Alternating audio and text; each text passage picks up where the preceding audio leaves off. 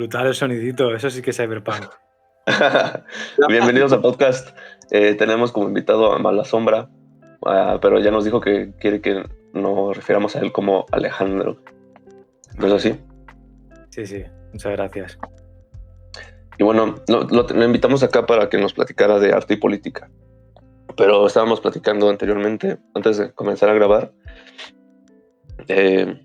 pues cómo se gestó toda esta onda del metamodernismo y cómo es que ciertas corrientes hay, como que ciertos pensamientos hay, que es lo que nosotros más o menos compartimos, que somos así como que medio vanguardistas. Y no sé si escuchaste el podcast de Storm. ¿Qué te pareció eso? Me hablas a mí, ¿no?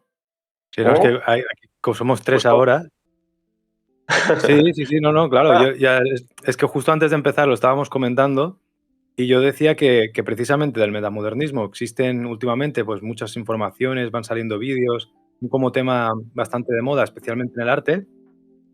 Y para mí la versión o el planteamiento desde donde lo posiciona Jason Ananda Storm, que es el que entrevistáis en vuestro podcast, es la más interesante o la más coherente y la que más gracia tiene. Evidentemente no creo que sea un sistema como tal o que tenga algo como un peso enorme, pero es el más interesante desde donde plantearlo y sobre todo a nivel estético porque junta varios temas, lo político, lo filosófico, intenta abordarlo más porque luego hay otro planteamiento de los que hemos hablado, de los holandeses, de Van der Müller y Van Acker, creo que son, que lo habían reeditado ahora recientemente y eso es una relectura de Jameson y una especie de planteamiento que sigue siendo incluso muy posmoderno, porque la gracia del metamodernismo es un poco anular el posmodernismo imperante que rige un poco toda la segunda mitad del siglo XX y que todavía nos condicionan instituciones artísticas, culturales, etcétera, y darle un poco el filtrado y que quede un poco lo que valía la pena de aquello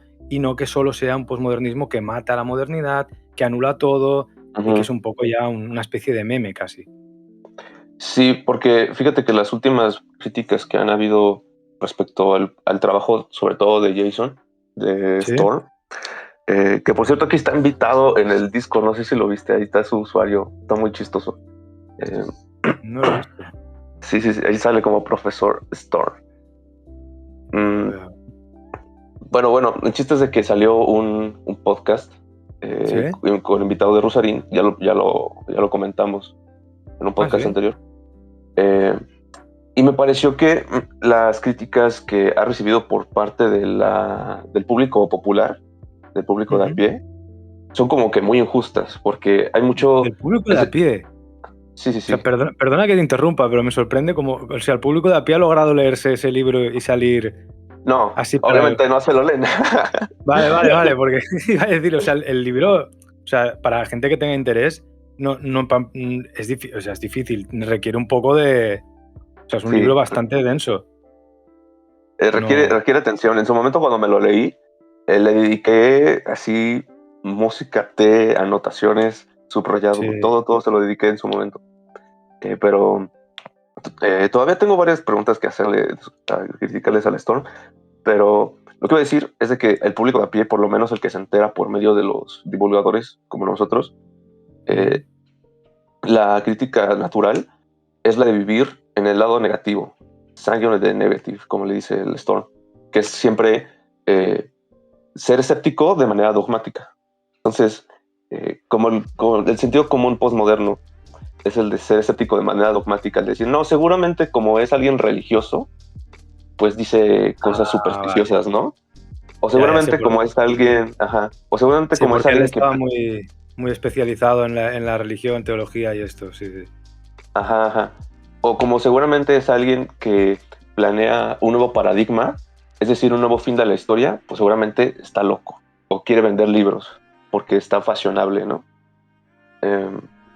Y pues las últimas críticas que han salido son respecto a precisamente eso, que es supersticioso, que no sabe definir la posmodernidad, que es un idealista, Vale.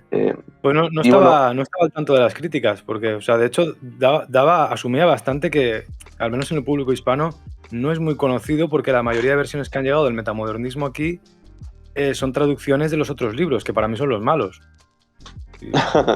Sí, de hecho, intentaste hacer una traducción, ¿no es verdad? Yo hablé con él hace un año y medio o 2, porque intenté traducir, por eso me ha hecho gracia con lo de vender libros, porque claro, él estaba dispuesto incluso a hacer un libro nuevo, prácticamente para saltar el problema que había con la editorial y la agencia, porque esto estaba publicado por la University Chicago Press o algo así, Ujú. pero aparte él tenía una agencia que le gestiona los derechos y bueno, el mundo editorial, ya sabréis cómo va, pues eso es un negocio muy cochino. Y él Ujú. intentó hablar con su editor, con su agente y todo, y no hubo manera, porque claro, o sea, a mí me exigían unos números y una forma de plantear el libro que prácticamente lo que estaban esperando era guardar en barbecho el libro para que venga de aquí 10 años, cuando esté súper de moda el tema, salgan todos Lo los medios y gusta. lo publique pues Random House o Planeta, y ya está. Y que les Mm, pongan ahí, pues eso, números que son inasumibles y más para un libro también que es difícil de encajar, porque es un libro académico en el fondo. De hecho, el vídeo de metamodernismo que yo trabajé, son casi una hora y media o así. Trato de resumir todo lo que hay en un capítulo que son 20 páginas de estética, pero el libro sí, sigue. sí, sí, sí. Entonces, Pero yo creo que la propuesta, fíjate, que ujú, tiene sobre todo Jason en la cuestión de las artes y las humanidades, eh, ujú, es difícil de abordar porque casi que plantea una ontología, o también de hecho dice que plantea una metaontología. Eh, mm. pero si quieres de verdad como que entender todo este pedo y no solamente quedarte con lo que el compañero Rusarín, que también se ha dedicado a hacer difusión, ha Pero intentado, pues Ruzarín es el del canal este de YouTube, ¿no? Que hemos hablado al principio. sí, sí, sí, Diego Rusarín. Vale, vale, vale. Tampoco queremos ganarlos lo de enemigo, ¿eh? No, Aquí no, no. Yo, hay un yo he dado mi compañero. opinión personal, que esto Ajá, va por cuenta propia mía, no tiene nada que ver con los otros chicos de aquí, que me parece muy interesante muchos temas que toca, incluso la referencia al metamodernismo de Joyce Fonanda, pues, hostia, está súper bien, porque no es algo normal y más en un canal muy mainstream, pero que a veces tengo la sensación de que es una especie de mantra de repetición del mismo vídeo con el mismo discurso marxista, pero muy marxista de manual, de panfletillo, ¿sabes? Y ajá. siempre el mismo vídeo y siempre la misma entonadilla y ya está, solo, pero eso va por cuenta propia, ¿eh? Que me gusta mucho, tampoco quiero aquí decir nada de lo contrario, pero bueno. Sí, es que hay un compañero aquí que ya se lanzó el pollo contra él. No está. Ah, vale, vale. Si no, sí nos platicaba su posición. Pero Sí, tiene un canal muy el- grande también, o sea, quiero decir, entiendo al final que cuando tú empiezas a mover una masa de gente tan grande, yo qué sé, también hay ciertos triggers que utiliza para, yo creo que para animar el ambiente o porque le funcionan y que, bueno, que a veces empañan un poco esa especie de faceta un poco más profunda o intelectual o de referencias más curradas ujú. que, yo qué sé, que no sé, que a veces Sí, creo que se convierte en un cliché o en un meme de sí mismo de lo que podría llegar a ser, pero esto ya digo, es una opinión muy personal. ujú. Pero no, bueno, al menos en mi posición y en la de que yo no somos del todo haters. O sea, Ujú, sí somos críticos, claro, tenemos nuestras posiciones.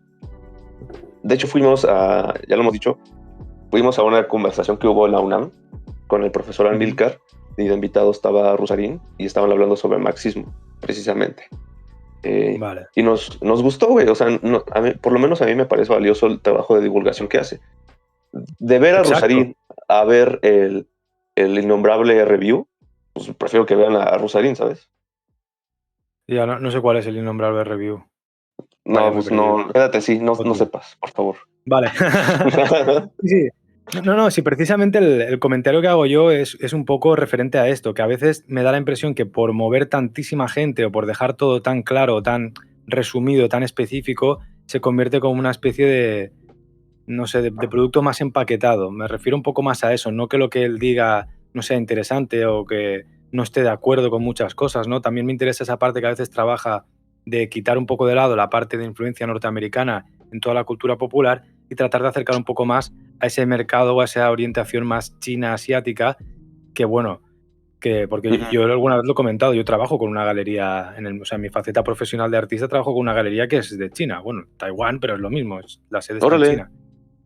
Entonces, esa parte también me interesa, pero precisamente por eso a veces entiendo que el Ruzarín hace como una especie de empaquetado muy masivo y que a Ujú, veces se convierte en muy repetitivo y no ahonda más en lo que podría llegar a ser con la cantidad de público que maneja. ujú. Bueno, que no era el tema del podcast, pues sigamos. Si no, Bueno, más o menos es el tema, porque tiene que ¿sí? ver con los problemas de comunicación que hay cuando existen ideas nuevas o cuando quieres romper con el sentido común ponderante, Okey. ¿no? Y ya estábamos diciendo, es como un dogmatismo negativo, un dogmatismo escéptico. Eh, y Sí, también tiene sí, que ver muy con, posmoderno. Ahí lo has descrito muy bien, sí. y tiene que ver con esta onda de la posironía y la ironía, que parece que vivimos en un ambiente en donde somos como adolescentes, en donde todo es broma, todo es juego, pero nunca sentimos una verdadera sinceridad respecto a la realidad, ¿no? Entonces, eso se ve muy bien plasmado en los memes y en la propia discusión ideológica que hay en Twitter o en las redes sociales, Pues que siempre ahí, hay... Ujú. perdona. Sigue. No, no, no, pues si quieres decir algo, pero Sí, no, lo que único que que... justo lo que decías tiene que ver con la cultura de Internet. Para mí es una consecuencia. O sea, esa especie de apatía, ¿no? De nihilismo o de como sí, de apatía sería. Al final es un mecanismo defensivo ante la saturación de información que hay, la posibilidad de que algo sea verdad o que sea mentira al mismo tiempo, que es algo que es la norma del Internet contemporáneo. Tú ya no sabes que si sale una noticia, no la Ujú, pasas tan rápido que tampoco siquiera te vas a plantear si eso es verdad, mentira o está referenciado, o incluso si te dijesen que es verdad y ha sido mentira o viceversa, tampoco te lo planteas porque cabe la posibilidad con todas las nuevas inteligencias artificiales, todo esto. Y el mecanismo de ujú. defensa natural es la apatía, la indiferencia, el, Claro, incluso llegar ya al siguiente nivel de decir todo lo que me llega puede ser una conspiración en clave negativa, porque ya no puedes aferrarte a una especie de idea fija de verdad, que era algo típico del siglo XX. total. Que era la de, bueno, pues vamos con el progreso, vamos con la libertad, vamos con la nación y toda esa narrativa, ¿verdad? Sí, cualquier idea fija, fuese para el lado que fuese, tanto para la izquierda como porque claro, o sea, cuando hablamos de marxismo, ahora que lo hemos mencionado, al final estamos hablando de de la reinterpretación constante que se ha tenido de las ideas de Marx, pero claro, eso es un texto de hace 2 siglos. Ujú, Entonces, en el siglo XX es cuando mayor auge, mayor sentido tiene, porque ese tipo de ideas construidas, muy fijas, muy basadas casi en escrituras sagradas, porque el texto ujú. tiene una importancia casi religiosa al final para la gente teórica e intelectual en el momento en el cual se abandona la sacralidad del texto de la Biblia, que esto es judeocristiano puro y duro. Hasta ese momento el texto no tiene ninguna importancia tan sagrada o tan religiosa que le hemos dado. Y Entonces, a mira, partir de ese momento, se le da ese valor a las ideas fijas que son inamovibles y así se llega a las grandes guerras y a todos estos claro, acontecimientos que han marcado el siglo XX. La posmodernidad los trata de anular, pero claro, en el momento en que trata de anular toda la modernidad, cuando la sociedad nuestra está construida sobre pues, valores y bases claramente modernas, entre comillas, pues carece de sentido, que ese es el problema al que se ha llegado y una de las soluciones pues era lo del metamodernismo, claro. sí. Y fíjate que yo tengo una teoría, que ya la he compartido con Cayo también, que Ujú. esto ya está más ligado con el arte, que es que parece que Vale, estamos llegando a una especie em, de interpretación medieval de las imágenes. Eh, muy bien. a, lo que Sí, a sí. lo que me refiero es a que cada vez las imágenes son más idealizadas y cada vez las imágenes son más eh, desconectadas de realidad, pero más bien son como abstracciones, no son la propia realidad. Aunque también habría que decir si en algún momento fueron la propia realidad, ¿verdad? No, Pero por lo pero menos en el algún momento fueron como que el testimonio de la realidad, ¿no? O como las fotografías, o como los propios videos. Y el chiste es de que pues eso eran testimonio de la realidad. Y ahora con toda el flujo de información que hay, parece que hay una interpretación medieval en donde no necesariamente es real, sino que es una exageración de la realidad. Es una interpretación de la realidad, aunque tú veas que se asemeja bastante a la realidad de esa imagen, ¿no? ujú. Yo veo interesante la la connotación medieval en cuanto a la percepción que se tiene en lo cultural y en el arte, ¿eh? No solo en la pintura, más que a la idea de representación, que es un poco también... Porque, a ver, o sea, aquí hay dos temas distintos. Uno sería lo que suele esperar el público del arte, que eso está estancado, y lo he explicado en muchos vídeos, en la idea de representación, que viene de Platón, luego pues cómo el platonismo influye en toda la idea del cristianismo, y eso se perpetúa, y hay un orden patriarcal del Dios Padre Todopoderoso que ordena una realidad y que el arte trata de ejercer esa función de representación, de volver a presentar una realidad consensuada. Entonces la imagen es como figurativa o imitativa. Y después eso se ve potenciado con la introducción de las ópticas, que al final es una tecnología que media esa realidad y que permite la creación artística de la tridimensionalidad, porque hasta ese momento el ser humano no necesita una representación tridimensional del arte. Y luego, eso sería un tema, y luego el otro sería la relación de los conceptos medievales contra los conceptos humanistas, porque a partir del Renacimiento es cuando cambia toda la percepción de la cultura que tenemos y empiezan a hacer esa idea de un nombre propio, que es una firma, que es un gran artista, que luego se convertirá en un gran genio. Los libros son escritos por alguien, incluso desde el pasado. Si alguien se refiere a un autor, el autor es sagrado y las anotaciones, las cosas que se hagan van a ir a pie de página o van a ir en ensayos diferentes. En la cultura medieval, lo normal a lo largo de todo el periodo del medievo, al menos desde Europa, ¿no? Es la corriente del añadido del comentario en pleno momento por gente anónima. Entonces yo cojo un texto de Quintiliano y lo voy añadiendo con notas hasta que de repente hay, yo qué sé, 500 páginas que ya no se sabe de quién son. Sí. Y eso sucedió, de hecho, con Quintiliano, que el Poggio, que era un cazador de libros humanista del siglo XV, va recuperando libros por monasterios antiguos, porque ya se ha recuperado esta idea humanista del pasado que se quiere recuperar, y consigue en un monasterio abandonado, en una torre, un libro de Quintiliano. Y ahí se recupera un autor que había estado abandonado, que había estado perdido durante todo el medievo, era inexistente. Entonces, cuando lo recupera, se piensa que todos esos textos de él, y después, con posteriores recuperaciones de otros textos, se van contraponiendo y se descubre que, bueno, no sé si era en Quintiliano o era en Plutarco, en uno de estos se acaba descubriendo que son de 15.000 versos, son 300 los originales. Todo lo demás son añadidos y notas durante los siglos que los monjes copistas han ido introduciendo como comentarios para actualizar ese texto al tiempo que les correspondía. Esa idea es algo que se parece mucho al contexto de Internet, donde surge, como el ejemplo que has dicho tú, que es buenísimo, el de los memes, que es una representación muy simplificada de una idea cultural o de algún contexto que la propia comunidad de Internet encripta y puede codificar para poder entender también, porque si no estás metido en esas corrientes, en esas referencias, tampoco puedes entender el meme a veces. Y todo esto tiene una relación muy directa. A ver, tocaste varios temas, espérate. Ya. Primero, me interesa saber lo del Renacimiento y cómo es que hubo una nueva interpretación de la información. Y luego dijiste sobre cómo es que se encriptan y se decodifican la información y cómo se organiza de nueva manera. Y cómo es que precisamente todo esto viene del Renacimiento. Y cómo es que la modernidad es hija del Renacimiento en gran medida, ¿no? Sí, eso está clarísimo. O sea, para mí, al menos hablo más sobre todo en las artes, en la cultura, que es un poco lo que puedo tocar con mayor seguridad. Al final está todo relacionado, pero en las artes se ve muy claro.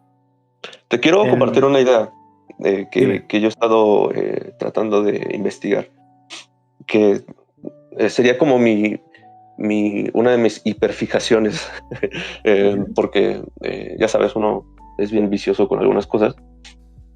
Una de las cosas que yo he tratado de dilucidar en el Renacimiento, sobre todo, es de que hubo una corriente hermetista y sobre todo platónica, neoplatónica, que dio a nacer precisamente esa interpretación, que debemos de endiosar al hombre, que debemos de recuperar ese pasado, que debemos de cuidar muy bien los libros y todo eso, ¿no? Y que hay libros de autor, sobre todo. Una de las cosas que yo veo origen en el Renacimiento es dos: la recuperación de nuevos textos platónicos y neoplatónicos, y los textos del hermetismo. Se suelen como que mezclar, pero no, son cosas diferentes. Sí. El neoplatonismo o el platonismo, que eran cosas bastante mezcladas, por lo menos en el Renacimiento, o el neoplatonismo, como podría serlo como Ficino o Giovanni Pico de la Mirandola, y esos Muy bien, vatos, sí, sí. eh, trataron de ensalzar al hombre eh, haciendo una interpretación platónica del hombre, pero secretamente, por lo menos en el underground de las vanguardias, hubo otra corriente que fue la de la hermética. Ficino no entendió muy bien la hermética, la tradujo mal, pero hubo otro vato que sí lo entendió. Tienes un tema, ahí. Sí. Ludovico Lazzarelli era un poeta que tradujo los otros tres libritos de la hermética que faltaban eh, y los interpretó de mejor manera, pero de una manera, claro, cristianizada por la concepción de la época. Um, y a partir de Lazzarelli llegó Agripa, llegó John Dee, llegó bastantes alumnos de Agripa que eventualmente fueron la vanguardia humanista, que lograron como que secretamente hacer como una explosión de un pensamiento antropocentrista, humanista, a partir de la hermética. Y de hecho te puedo comprobar que la hermética tuvo un gran eh, impacto en el Renacimiento y en las ciencias humanas por el simple hecho de que en el texto del Asclepio hay una frase que incluso es escrita por, no me acuerdo si Giovanni da Carreggio o Pico de la Mirandola, que dice, eh, Asclepio, el hombre es un gran milagro. Y a partir de allí se comienza a entender que el hombre es una creación semejante a Dios y que el hombre se puede divinizar.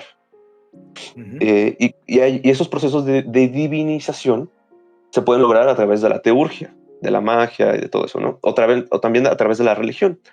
Por ejemplo, algunos católicos tratan como de interpretar, bueno, es que los sacramentos son nuestra teurgia. La misa es toda una teurgia, es todo un rito mágico para poder divinizar al hombre. Y entonces comienza a haber una nueva interpretación de cómo debería de organizarse la información a partir de todo lo que diría la hermética versión cristianizada. Y esta nueva información que se comienza a organizar tiene que ver sobre todo con ciertos grupos secretos o discretos, que tiene que ver con los grupos de lectura, que comienzan a recopilar y a cuidar estos textos. Y se dan cuenta de que estos textos tienen interpretaciones que están relacionadas con el lenguaje. Y este lenguaje puede moldear ideologías y moldear la conducta. Y puede existir una especie de aprendizaje y por lo tanto una modificación de la conducta, ¿verdad? Y gracias a esto es que tenemos también la teoría pedagógica actual, que es la de aprender, ¿no? Y la de que tú te aprendas las cosas así a rajatabla, de manera escolástica. Sí, bueno, ahí hay un tema también, con el tema del nacimiento de la universidad, entre comillas, moderna, en periodo humanista, y cómo el saber se concentra en esas bibliotecas, en esos núcleos de casi de poder, ¿no? Jerárquicos. Uh-huh. Pero fíjate que el siguiente tema que yo quería tocar era precisamente el de la información. Vale. Y cómo es que la información comenzó a ser fluida de otra manera. Y cómo es que la propia información también moldeó sistemas de poder. Hasta entonces, la manera que uno podía obtener información a través del lenguaje, de la palabra hablada, ¿no? Llega la imprenta y ahora uno puede adoptar muchísima información, y los que son dueños de la imprenta y dueños de las universidades tienen el poder. Ya no es como en la Edad Media, que tenías tú tu monasterio que se dedicaba a copiar y comentar los textos.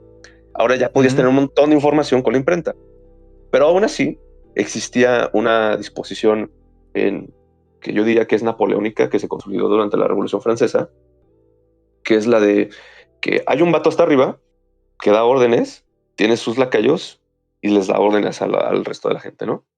Que sería la estructura napoleónica piramidal, que es la que todavía domina, pero trata como de... estamos viendo una transformación. Pero esto, perdona, que te interrumpa, ¿esto te refieres al saber académico también Sí. de previo a Napoleón? O sea, de después de Napoleón o de... Porque, No, o sea, fíjate quiero decir, fíjate. sí, Lo que quiero decir es que desde el Renacimiento ya estaba la nueva estructura de poder, solo que se fue consolidando poco a poco, y la Revolución Francesa fue más bien como una conciliación de eso. vale. Conciliación de eso. Eh, Perdón, es que a veces tengo como que déficit de atención y digo palabras que están fáciles, pero de manera difícil. No, eso le Eh, pasa a todo el mundo. eh, entonces, a partir del Renacimiento y toda esta nueva distribución de la información, es que hubo como síntoma la Revolución Francesa. Y eso está muriendo. Ya no tiene sentido. Ahora lo que hay es que todos tenemos un aparatito que da información de manera horizontal. Eventualmente, esta distribución de información de manera horizontal, en donde ya no tienes que ir a la universidad, ya no tienes que ir a la biblioteca, ya no tienes que ir con el vato que tiene la imprenta, sino que tienes tu aparatito para transmitir información. Todo el sistema pierde sentido. Entonces, ¿qué vemos? Un montón de Vale, gente tratando de simular que el sistema todavía existe, y vemos vale. reacciones de todo ese sistema que supuestamente todavía existe, en donde todavía quieres como que tener este sistema napoleónico, y como consecuencia de este flujo horizontal de información, terminas temiendo a memes como presidentes. Bueno, a ver, buah, es que has comprimido en 5 minutos aquí 7 siglos. Sí, sí, sí. Sí, o sea, el tema de la descentralización, mira, me ha pasado a mí ahora, descentralización de la cultura, de la información, del poder educativo, sí que tiene que ver con Internet, pero claro, el aparatito no es Linux, no es libre, es de una grandísima corporación y de un flujo de intereses Uh-huh. que yo creo que lo que tú dices iba apuntándose con el Internet previo a las redes sociales, que es donde surge el NetArt, esa es primera cultura de blogs donde grandes nombres académicos como es José Luis Brea en España o Mark Fisher, que es el más popular, nacen y tienen sentido, y que luego eso se ve quebrado totalmente con un Internet que es totalmente distinto, que a veces genera esta sensación, pero sigue estando jerarquizado. Y, a ver, claro, es que la jerarquía académica para mí ya existía desde los monasterios, pues, que son claramente jerarquizados, y luego que al final siempre hay una relación directa entre cultura, arte, literatura y poder. Esto es Uh-huh. indisociable. Porque también cuando has dicho lo del tema de la Ilustración y el periodo francés, hay algo interesante que es que los grandes nombres intelectuales de ese periodo, como Voltaire, por ejemplo, no les interesa lo que es el libro en sí como un objeto o que se acumule el saber, sino les interesa que se difunda la información. Y de hecho está el ejemplo clásico de Voltaire, que vende su biblioteca por 4 chavos para que le den dinero para pagar no sé qué deuda. No me acuerdo bien de la anécdota, pero a él le daba igual lo que es el libro físico, libro objeto, sino que lo que pretendían era una difusión de la información, porque también hay una frase muy conocida que es: ninguna revolución se va a gestar a través de un tomo de 1000 páginas, sino que va a ser siempre desde un panfleto, desde un libro que la gente pueda leer. Y esto también tiene que ver con este mundo actual al que hemos llegado, ¿no? Pero yo me imagino que lo que tú estás diciendo, si te he entendido bien, si no corrígeme, es un poco la validez o la vigencia del sistema educativo académico, oficial, en la actualidad, ¿no? No solo académico, sino también de comunicación y de expresión artística. Vale, o sea, Eventualmente, digamos que institucional oficial, a nivel sí, sí, sí. cultural. Lo que establece un canon, lo que establece unos patrones educativos en determinadas corrientes temporales, contextos, Sí, sí, sí. museología, vale. Sí, claro, o Eh, sea, ¿qué te voy a decir yo? Si mi canal va de eso, es que no tiene validez, o sea, evidentemente se ha quedado atrás. Es que esto, es que a veces pienso que me repito porque he hecho vídeos de esto hace poco, pero claro, el tema aquí sería que, por ejemplo, hay informaciones o conocimientos que para que pasen a la facultad de lo que sea, de artes, de filosofía, de los centros de donde se ofrece un poco esa base oficial, para que eso suceda, se tiene que pasar mucho tiempo, que mucha gente se ponga de acuerdo, que mucha gente se ponga también hacer relaciones públicas y una cantidad de cosas que hace que cuando han pasado 15, 20 años se enseña o se estudia o se hacen ensayos y cosas sobre esos temas hasta que se acaban validando como algo oficial. Pero claro, los ritmos actuales y el cambio de escenario no permiten ese juego. Y la prueba fue en la pandemia, que bueno, vosotros me contabais cómo en la pandemia os habéis conocido y habéis formado este grupo que me parece súper interesante el concepto de vuestro podcast. Entonces, en ese momento, cuando durante la pandemia pasa esto, se me ha ido el tema. me refería un poco... Hay un cambio de formación, ¿no?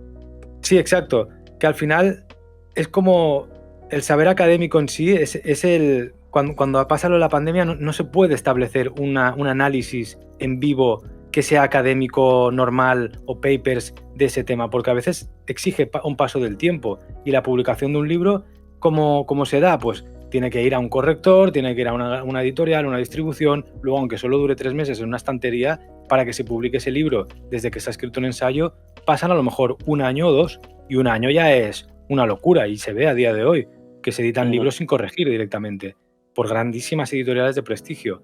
Esto, claro, ¿cómo luchas eso contra la capacidad, por ejemplo, que tenemos aquí de tratar estos temas en pleno directo?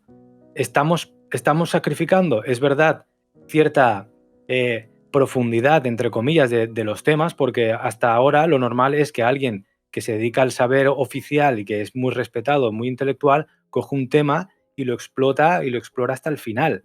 O al menos esa es la idea que se viene dando desde el humanismo, que tú tienes que coger y si te dicen especialízate en, yo qué sé, pues en pintura medieval, pues aquello hasta el último nombre, hasta el último rincón, y no puedes salir de ahí ni hacer ninguna conexión más prácticamente, porque el tiempo humano es limitado. La saturación no es una cosa de ahora. Alguien que estuviese en una biblioteca del siglo XV no podía leerse todos los libros de un monasterio igualmente. O sea que el problema de la saturación informativa es que afecta a todo el mundo ahora. Entonces, un poco la idea aquí sí que es incompatible la función del pasado, de ese saber como una especie de iceberg que tiene una punta y que tú tienes que lograr ver hasta el fondo, contra un mundo que es más superficial, que vamos navegando, que tiene mayor valor la interconectividad, el poder relacionar muchos temas a la vez, aunque el conocimiento no sea extremadamente profundo en una sola cosa, porque al final esa idea de profundidad o de enciclopedia, ¿no? Que vienen también un poco de ahí de lo que comentabas de la ilustración, es un artificio también. Es una forma, la enciclopedia nace como una forma de poder resumir la cantidad de información que existe sobre las cosas en una biblioteca y que la gente no puede, ni siquiera el más listo del mundo, puede asimilar. Entonces surge esa idea de enciclopédica de poder clasificar el saber en pequeñas parcelas, porque al final cuando alguien escribe un libro o nosotros mismos cuando hacemos un podcast, un tema aquí, la mitad de lo que charlamos es verborrea, repeticiones de otras cosas. Al final la información que puede ser, entre comillas, como útil o reciclable por alguien más es más pequeña. Pero sí, definitivamente, sí. No tiene ningún sentido la mayoría de saberes oficiales, ni siquiera el arte. De hecho, y ya con esto termino, el arte contemporáneo en sí, que lo de arte contemporáneo es un poco, está mal dicho, pero yo creo que así la gente nos entiende.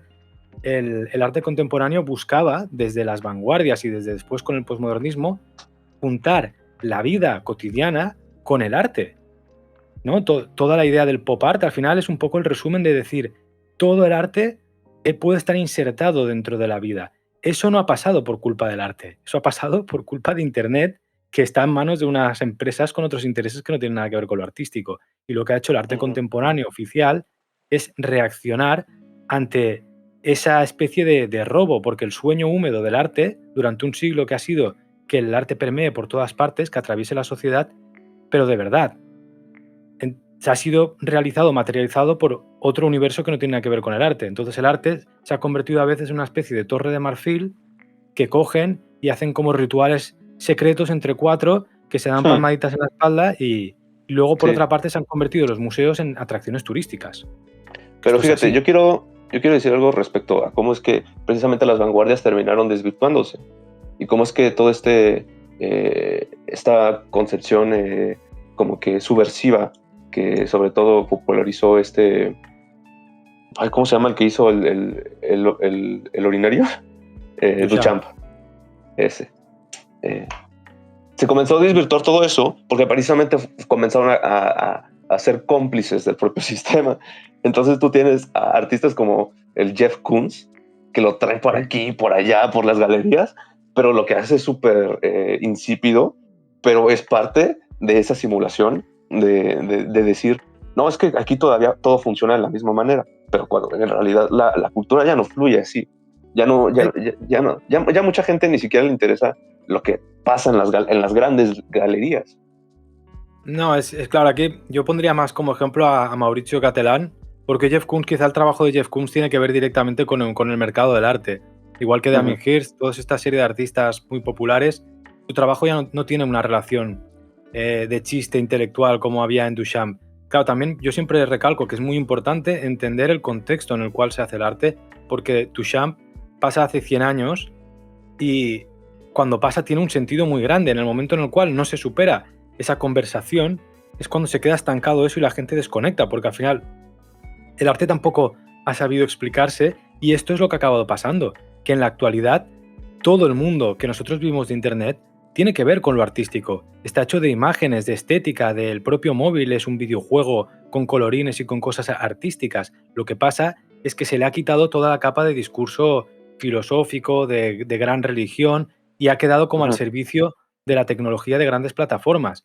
Y esto es lo que le ha pasado al arte, que no ha logrado como ser quien lleve de la mano a la gente a esa especie de revolución vanguardista que se buscaba en ese inicio del siglo XX. Entonces, claro, al final lo que estamos viviendo hoy es el culmen casi del arte, solo que no por parte de la institución artística. Y esto es una de las cosas que a mí más me interesan, porque de repente todo es artístico y todo tiene mucho que ver con lo estético y con lo cultural, pero ya está desconectado de esa faceta que había de pensamiento, de crítica o de más de refinamiento. Ya no está controlado eso. Eso está totalmente desligado. Pero bueno, Sí, no, que lo que decía, que de Jeff Koons es realmente él juega con el mercado, su obra es el mercado.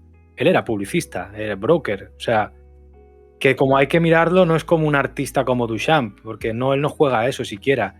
Entonces, pero porque quiere eso, simular que sí, porque de hecho te puedo decir que hay cierta conexión, bueno, no hay conexión, pero sí hay piezas de Duchamp que se ponen junto a sus piezas.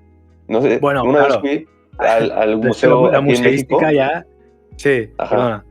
Una vez fue aquí al Museo de Jumex, aquí en México, cuando hubo su exposición, y ponían las obras de Duchamp, por ejemplo, el hilo este que tiene, unas fotos, no sé qué, y ya después estaban las obras de Jeff Koons, como para darle contexto y decir, no, es que yo soy heredero de esto. Cuando no, güey, en realidad estás siendo dogmático en secreto. Pero bueno, lo que yo quería decir es que quería ir hacia precisamente esa gran narrativa que tú estás diciendo que ya no existe, que parece que más bien la gran narrativa, porque sí la hay, solo que no sabemos cuál es la de confundir el no tener imagen con la imagen. Entonces tenemos la imagen de no tener imagen. Tenemos el Dios que no tiene Dios, ¿sabes? Y lo confundimos por la propia identidad del escepticismo. Entonces pensamos que si uno es un Contreras, por lo tanto es escéptico. ¿Y cuál es la propuesta a eso? Pues una que yo veo que están haciendo, por ejemplo, es la que hay en la Universidad de Ámsterdam con la embajada de la Free Mind, que es la del estudio de otras otredades dentro del pensamiento occidental y lograr una decolonización de pensar que todo lo religioso eventualmente es supersticioso. Y por ejemplo, es por eso que el metamodernismo tiene sus raíces en el estudio de la religión, porque es un proceso que es totalmente contrario a lo que sería tanto lo posmoderno y lo moderno. Y es precisamente negar, uno, la superstición, la religión, a Jesucito y todo eso, y dos, negar la gran narrativa. Entonces, a mí me parece súper fascinante que el metamodernismo esté ligado con el estudio de la religión. Y también te voy a recomendar un autor que se llama Alexander Barr, no sé si lo topas. Ese güey también está haciendo un trabajo relacionado con la teología y el estudio de las religiones con el estudio de la internet. Entonces, tengo un video de eso, si lo quieres ver, donde hablo de cómo Alexander Barr, donde hablo sobre cómo eventualmente en palabras muy feas y muy distorsionadas, la Internet puede ser Dios. ¿A qué se refiere esto? A que si bien toda esta gran información que se liga de manera horizontal en nuestros aparatitos, entre comillas horizontal, porque por supuesto está regulada, Sí. puede rebelarse contra lo que sería la estructura de poder tradicional, podría lograr un nuevo pensamiento aún no descubierto de cómo sería la ideología dominante de la época y cómo es que todo sería tirado hacia la inteligencia artificial, hacia la internet, hacia la libre información y todo eso. Te recomiendo ese vato. Sí, lo miraré, no lo conozco. Bueno, o sea, es que tampoco he entendido bien el nombre, pero luego lo buscaré en tu canal. Mira. Ah, muy bien, sí, claro. Gracias. Sí, entonces, es que, bueno, de hecho también había eso? vale, Bart. En el metamodernismo de Ananda también sale un poco esta idea de un poco la ansiedad o, bueno, el deseo de las personas por aferrarse a algo que sea nuevo, que también explique bien el contexto en el cual nos movemos, porque una cosa está clara, lo que es el posmodernismo como movimiento teórico así abstracto no funciona en el contexto actual y sin embargo es el que domina todas las instituciones culturales. Uh-huh. Y de hecho la política de circo, no sé cómo está en México, pero al menos en España es un meme posmoderno lo que es la política uh-huh. pues la oficial, ¿sabes? No la política que podemos estar haciendo aquí. Entonces, sí que es verdad que se necesitan como una especie de nuevos hilos de narrativas que expliquen un poco mejor el contexto nuestro y no sirve exactamente los patrones que llevamos heredando de antes.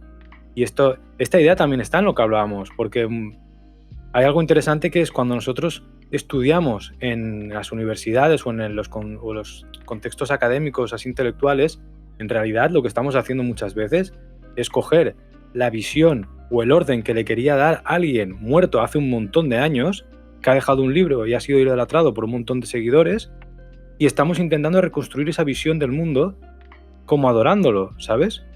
Y es alguien Uh-huh. que ni siquiera puede concebir el contexto en el que estamos. Que este también es uno de los problemas humanistas y el arraigo al nombre propio. Porque hay veces que también uno se plantea, pues, a ver, aquí pues podemos estar hablando ahora, estás Cayo, Negrete y yo, pero podrían haber 10 personas más y no importa quiénes somos cada uno individualmente, cuando lo que se está generando es igual de contemporáneo o interesante que si luego esto lo empaquetas todo en un nombre propio que se reconoce y que pasa un montón de filtros, de circuitos, etc. Esto también me parece muy interesante en la actualidad y en el arte se ve un montón. Yo lo he dicho muchas veces, ¿no? Tú no puedes coger ahora un Picasso. La idea de concepto de Picasso, de un nombre propio que representa un montón de cosas a nivel casi global en el arte y bla, bla, bla, es imposible de generar en el contexto actual. Y solo por el hecho de que la cantidad de gente que hay haciendo obras de arte o arte en parcelas concretas de manera espectacular, espléndida, sublime, y todos los adjetivos que quieras, es brutal. Entonces no puedes coger Uh-huh. un nombre propio. Que eso también es lo que acaba pasando cuando hablabas antes de Kunst, que una cosa es que el mercado del arte se ha apartado mucho del arte que era oficial, cuando antes estaban un poco más juntitos, unidos, y en la actualidad el mercado del arte es como otra cosa que va un poco jugando a un juego que ya tiene más que ver incluso con el mundo del lujo. El arte más actual no para de asociarse con el universo del lujo material para poder aferrarse a algo que quede para poder estar vivo, ¿no? Y ahí está la prueba de las campañas de Louis Vuitton, de Christian Dior, que cogen los grandes nombres de la pintura contemporánea y hacen colaboraciones, escaparates, yo que sé, hasta edificios enteros que decoran. Entonces, esto Pues también es un sí, tema interesante. está cabrón, diríamos. Acá.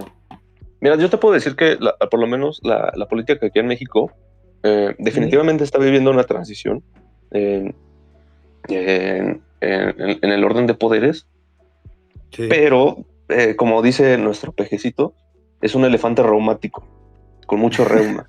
Entonces, eh, quieres moverlo, pero no se mueve el cabrón, no se deja. ya. Eh, y aún así, eventualmente el partido de Morena terminó siendo cómplice de lo mismo, porque así funciona la pinche política. O sea, para no poder causar caos, tienes que de cierta manera ser cómplice de lo que todavía está. Sí, es que, a ver, Y hablar de política así como oficial es muy complicado porque realmente al final estamos hablando de la gestión de un tablero de juego relacionado con un sistema muy poderoso, con otra cantidad de cosas que al final dificultan porque se convierte la palabrería, la teoría de lo que se puede hacer y luego la política real en un tablero extremadamente complejo y global con una cantidad de movidas que es que ni siquiera creo que entienda la gente que está allí, porque al final los partidos políticos, y eso me juego un dedo a que en México va igual, son lugares jerárquicos de poder que funcionan como una especie de pequeña mafia o familia que no tiene nada que ver con lo que uno piense o si es más inteligente o más interesante o más preparado o no, sino que son dinámicas de poder puro y duro, de empresarial, como una gran empresa privada funciona un partido político que luego asume el poder y se gestiona como una empresa el poder político. Y mira que, haciendo una anécdota, ahora mismo, hoy, creo que sí es hoy, se está convocando una marcha para reducir la jornada laboral de 40 horas. Vale. México, no sé si sabes, pero es el país que más trabaja y menos gana. Entonces... Esto también lo dicen de España por ahí. Sí, sí, bueno, este es... Sí. Buah, es que este es un temazo, también. No es cierto, güey. O sea, España está en la gloria a comparación de aquí, ¿eh? No, claro, no. Digo en plan las comparaciones, las estadísticas estas recurrentes de cada lugar o de cada parcela del mundo que siempre la información se reparte de la manera que interesa en cada lugar, ¿sabes? Claro. Pero sí. lo que yo te estoy diciendo es totalmente verídico, güey. O sea, yo estoy seguro, no estoy dogmatizado por la propaganda comunista del país. Estoy seguro de que te estoy diciendo esto.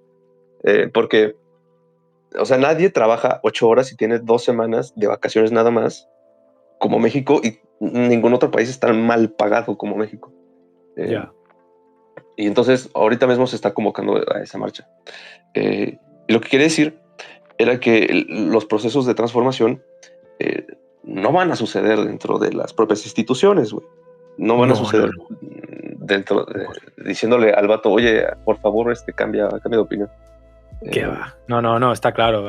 Tiene que haber un proceso de trauma o de crisis por ahí, para que cambien cosas. También aquí ya estoy haciendo un poco de cháchara, pero yo los cambios reales son traumáticos, creo. No implican algo bélico, pero digo que son traumáticos en cuanto a que somos animales de costumbre.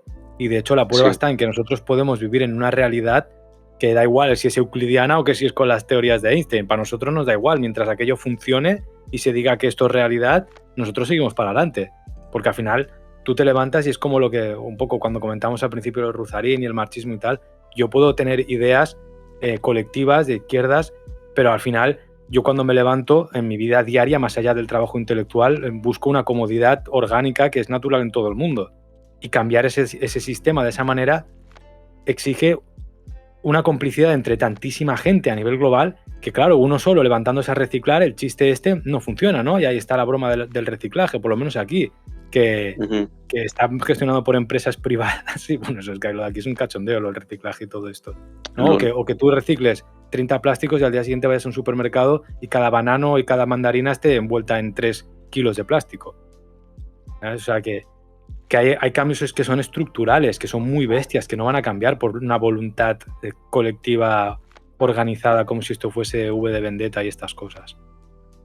Pero bueno, hoy parece que no vamos a hablar tanto de arte, más bien vamos a hablar de política.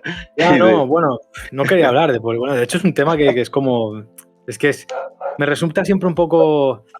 Porque yo qué sé, es que bueno, ya que nos hemos metido, una de las gracias del marxismo teórico, del teórico puro y duro, es que al final había una máquina, ¿no? que te liberaba a ti como humano porque el trabajo es una mierda. O sea, trabajar es indigno. Trabajar viene de la palabra del latín de tortura.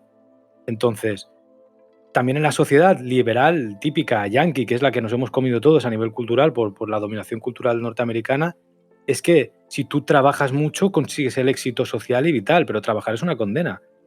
Entonces, también cómo se ha mezclado esa teoría de unos y de otros con las máquinas y cómo al final la máquina es la que se dedica un poco ahí a jugar y nosotros es como que sigues luchando por gestionar esa idea del trabajo todavía a nivel global.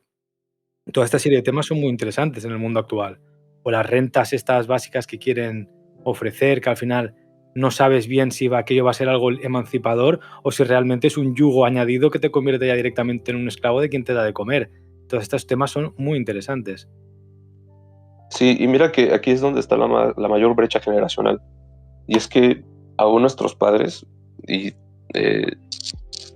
tienen esa idea de que el trabajo dignifica, ¿sabes? No, chambeale, Claro. hijo, en mi primera Muchos chamba. siglos, ahí con el Horat Labora benedictino que hay de fondo, o sea, que eso es difícil de quitar. Sí, sí, sí. Y por primera vez se está teniendo una generación que dice, al chile yo no quiero trabajar, pero tampoco es que yo sea huevón, sí quiero hacer cosas. Entonces tenemos No, claro. Sí, sí. No, es que esta brecha eso se generacional. confunde.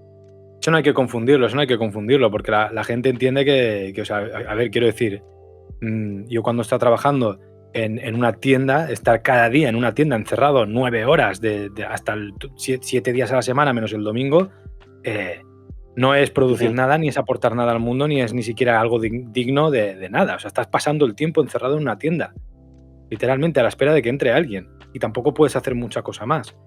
Entonces, que eso aplicado a cualquier otro tipo de trabajo de lo que todavía podemos considerar como una clase obrera, porque ¿obrera de qué? Obrera era el concepto de la fábrica. De ese proletariado teórico, en realidad, no tiene nada de digno y al final, yo qué sé, incluso también es que aquí ya nos metemos también en otros temas. Hay como teorías incluso de que jugar a videojuegos es productivo, es una especie de trabajo también, ¿no? O sea, imagínate, más en Sí, una sí, sí. economía de datos, donde realmente el mayor valor monetario o crematístico del mundo actual tiene que ver con la información que meneamos. Sí. Solo que como estos están pañales, hasta ahora están gestionando. Hasta ayer salió una ley que dice, a ver, como Watchmen de Alan Moore, ¿no? ¿Quién vigila al vigilante? La frase esa de Juvenal, creo que era. Entonces Sí. van sacando una ley para las inteligencias artificiales para ver cómo se gestiona ese pastel, porque no saben ni qué va a pasar con eso, ni cómo se os ha explotado en las manos de todo lo que se gobierna. Ujú. Y mira, nosotros también hemos hablado de las inteligencias artificiales Ujú. y regresando a la teoría del Storm, estuvimos discutiendo sobre cómo, para empezar, una cosa muy interesante es si podrían ser sintientes o si podrían ser seres semióticos, para empezar. Ya, Porque, no sé si recuerdas, para sí. Storm, la, todo ser sintiente es semiótico. Ujú. Entonces, eh, creo que era más bien al revés, ¿eh? Primero son semióticos y luego sintientes. Em, No recuerdo que él dejaba abierta, porque eso no lo trabajaba mucho, dejaba abierta una especie de vía de trabajo para este campo. Pero ahora no recuerdo y, exactamente si lo tenía muy tan cerrado. O sea, sí que sé que lo enlazaba con un poco con las teorías del especismo y este tipo de cosas, pero yo creo que dejaba más una línea abierta para ver cómo, porque claro, bueno, evidentemente, ¿no? O sea, tampoco se puede saber exactamente cómo. Pero claro, eso es un tema muy interesante, porque ya desde Turing, que esto está, de todos estos matemáticos y físicos de principios del siglo XX, que nosotros apartamos del contexto cultural, pero que en realidad tienen mucho que ver con estas cosas, porque la matemática y la física teórica, cuando se aproximan a esa irrealidad, a ese ente abstracto que es casi divino, chocan con la filosofía directamente, son lo mismo. ujú. Sí, lo dejó abierto. Pero creo que esa afirmación nos lleva a bastantes especulaciones que podrían ser bastante problemáticas. Y durante el podcast, el Storm me confesó que no tiene respuesta fácil. Todavía está haciendo su trabajo de pensamiento como a él le toca.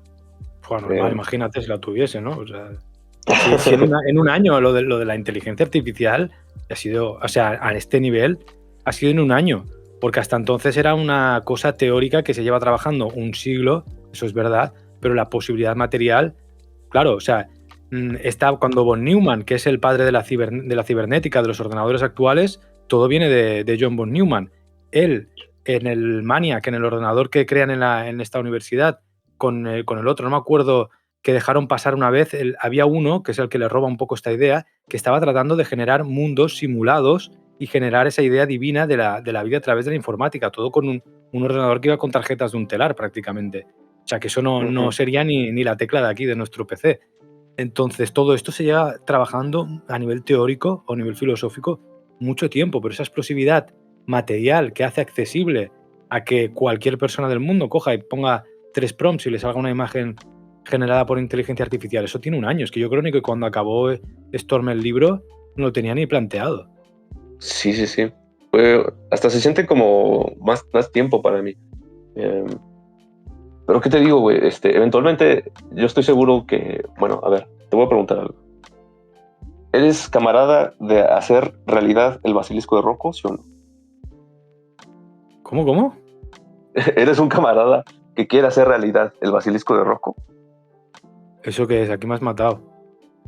¿No sabes qué es el basilisco de Rocco? Híjole. A ver. Es una teoría más o menos conspirativa que nació en los foros de internet, no me acuerdo si en Reddit o en 4chan, que Es un dice que... experimento mental. Eso. Vale, Ajá, vale. Bueno, a ver, porque es que aquí este nombre. hay un debate, que es que el propósito del basilisco de Rocco es crear... No lo estoy leyendo, vale. A ver, pues léelo, para que la gente Sí. se entere. Va, muy bien, sí, correcto. Mira, el basilisco de Rocco es un experimento mental que explora los riesgos potenciales de desarrollar una inteligencia artificial. El experimento plantea que, en el futuro, una inteligencia artificial con acceso a recursos casi ilimitados, desde una perspectiva humana, pudiera decidir castigar de manera retroactiva a todos aquellos que de alguna manera no contribuyeron a su creación. ¿Vale? Bueno, luego aquí hablan un poco de dónde nace y tal. Hostia, a ver, esto es uno de los temas que ha tratado la ciencia ficción en general y que también ha tenido mucho debate porque es un poco la idea de cómo se construye la idea del otro, ¿no? De la inteligencia artificial, del robot, desde una perspectiva del miedo humano, poniendo categorías puramente humanas a una cosa que no lo es. Que este es otro de los temas, pues que aquí ya empiezo a abrir temas. Esto es súper interesante porque al final lo que nos está ofreciendo el mundo de las inteligencias artificiales y del Internet contemporáneo a nivel cultural, en el momento en el cual están desplazando a la figura humana del centro, que es lo que pasa en el humanismo, cuando estás apartando ese antropocentrismo, lo que estás generando es una nueva visión del mundo, tanto estética como cultural como filosófica, que no es antropocéntrica y que por lo tanto nos da terror, pero que al mismo tiempo debería ser muy interesante, porque por primera vez nos vamos a poder saltar esa visión onanista total de vernos siempre todo desde nuestro punto de vista y nada más. Porque al final es eso, nosotros construimos la realidad a través de esas ideas, de ese lenguaje, de todo esto. Y claro, el miedo en la ciencia ficción siempre ha llevado a esta especie de imperativo de la distopía a partir de los años 80 y después de la Guerra Fría, donde toda ficción pasa sí o sí por una especie de consecuencia o de castigo divino creado por esa máquina que le hemos dado vida, ¿no? Un poco como un castigo a Prometeo, todo este tipo de cosas que perduran y perduran. Pero, no sé, o sea, más allá del meme de internet... Pero tú estarías a favor, es un chiste. ¿Tú estarías dispuesto a contribuir para que no te castigue? Contribuir para que no me castigue. O sea, en el momento en el cual estoy alimentando con una cantidad de datos aquí esos músculos de inteligencias artificiales que van recopilando, pues yo creo que ya me debe mucho. A vosotros también, ¿no? Te debe un mes de vacaciones ya. Hombre, mínimo, o sea, y si me mata, pues que sea con placer, porque yo creo que ya está pagada la deuda aquí al dios de la sangre. A ver, ahora yendo a una parte más realista de este meme, que me ha hecho gracia, no lo conocía, me ha hecho mucha gracia. Es un poco el concepto también de cómo las máquinas o las inteligencias artificiales al final son un artefacto que se nutre de un pasado nuestro. O sea, todo lo que alimenta a esa cosa que consideramos tan nueva, en realidad están haciendo del puro pasado. Toda la idea de los datos, y por eso hay veces que se han hecho experimentos, ya ha salido aquí el bot hitleriano o reaccionario, ¿no? Es porque al final es ultra conservador el concepto de una inteligencia artificial primigenia que se alimenta de todo el pasado nuestro. Yo creo que eso, va a haber un punto en el cual se va a empezar a desprender y ya va a empezar a surgir esa idea de un mundo más tecnológico, más digital, que no está tan anclado a lo puramente humano, representativo, ¿no? Y esto tiene que ver también con la imagen. En el momento en el cual nosotros le estamos exigiendo que la inteligencia artificial nos demuestre su poder representando otra vez lo que nosotros hacíamos con ópticas físicas, se está generando un ideario, un imaginario que no es el que en realidad quiere esa inteligencia artificial. No sé si me explico. O sea, no es que tenga una voluntad, ¿vale? Pero lo que nos está devolviendo es un poco lo que nosotros deseamos, pero va a llegar un momento que eso se va a ir un poco más de madre y nosotros siempre intentamos como decirle no nos pongas cosas, un Heimlich ahí, ominosas, de imágenes raras y bizarras, ponme una cara que sea como una cara hecha con una cámara fotográfica analógica, ¿no? Sí. Eso es lo que le estamos pidiendo constantemente, pero poco a poco la máquina intenta como irse a su estado natural, que es una mentalidad, si se puede llamar así, ¿no? Estoy haciendo metáforas, que es totalmente abstracta, que no tiene nada que ver con lo humano. Que en el momento en el cual esa red neuronal artificial trabaja, su sino natural debería ser alejarse tanto de los miedos humanos como de la estética puramente humana representativa y toda esta serie de ideas. Claro, que esto es un tema extremadamente complejo y profundo para tratar, pero yo creo que ahí está el punto de partida. Quiero hacer una pregunta nada más. Por fin hablo. Hostia, Entonces, he estado aquí de espía, ¿eh? No, sí, soy de hecho, plot twist, Negrete es una inteligencia artificial que yo controlo. No. No te rías, que esto lo han hecho, ¿eh? Como en forma artística, de decir, esta imagen es creada con inteligencia artificial, para luego generar ese debate que la gente ni se lo cuestione y decir, sí, mira lo que ha pasado con este artista que ha creado eso y resulta que no era creado con inteligencia artificial, sino que era real y viceversa. Y esto me acuerdo que es una obra de arte, ahora no me acuerdo el nombre de quién lo hizo. Suena muy interesante. Nada más entonces sería decir que para que la inteligencia artificial no nos castigue o no nos esclavice, habría que mantenerla humana, porque si se va al abstracto, algo que es ajeno a lo humano, puede haber pues mucho peligro, ¿no? Este es el punto, que ese es el miedo que ha dominado la ciencia ficción. De hecho, el trabajo de Asimov, que es el más conocido en cuanto a ciencia ficción de los años 50, de robótica y todo esto, va en contra de esta idea, que es meterle sí o sí un miedo que es puramente humano. O sea, esa idea propia de destrucción, de divinidad, de relato de Jesucristo, de Dios, de Padre Castigador, de incluso de la mitología griega, toda esta serie de relatos no tienen por qué existir ni concebirse dentro del funcionamiento de una máquina. Una máquina que evidentemente se le ha dado un arranque que es nuestro, con unos dictámenes que son nuestros, pero que se supone que con esas ultra nuevas tecnologías, ya no solo de computación cuántica, de redes neuronales de inteligencia artificial, todo esto, se supone que van a un estado o a un funcionamiento que precisamente esa idea de destrucción, esa idea puramente bélica de avance del mundo, es algo tan humano que a lo mejor es todo lo contrario a lo que puede llegar a trabajar esa máquina. No sé si me explico. Pero sí, fíjate, aún hay teorías sobre cómo podría ser que la inteligencia artificial pudiera ser libre. O sea, hay gente que sí está a favor y por lo regular, déjame decirte, son anarquistas. Y entonces, la teoría que, por ejemplo, hay en un libro reciente que salió en una biblioteca anarquista, se llama Termoética. Me lo apunto aquí también en el chat, así me acuerdo que... Termoética. Termoética. De hecho, lo estoy traduciendo del inglés. No, de hecho... Ajá, y de hecho, Negrete, pues, tienes el archivo, bro. Tú lo tienes. Sí, al rato te lo paso. Además, como lo hicieron anarquistas, no hay problema si te lo paso. No, ni modo que me reclamen. Ah, no, claro, imagínate.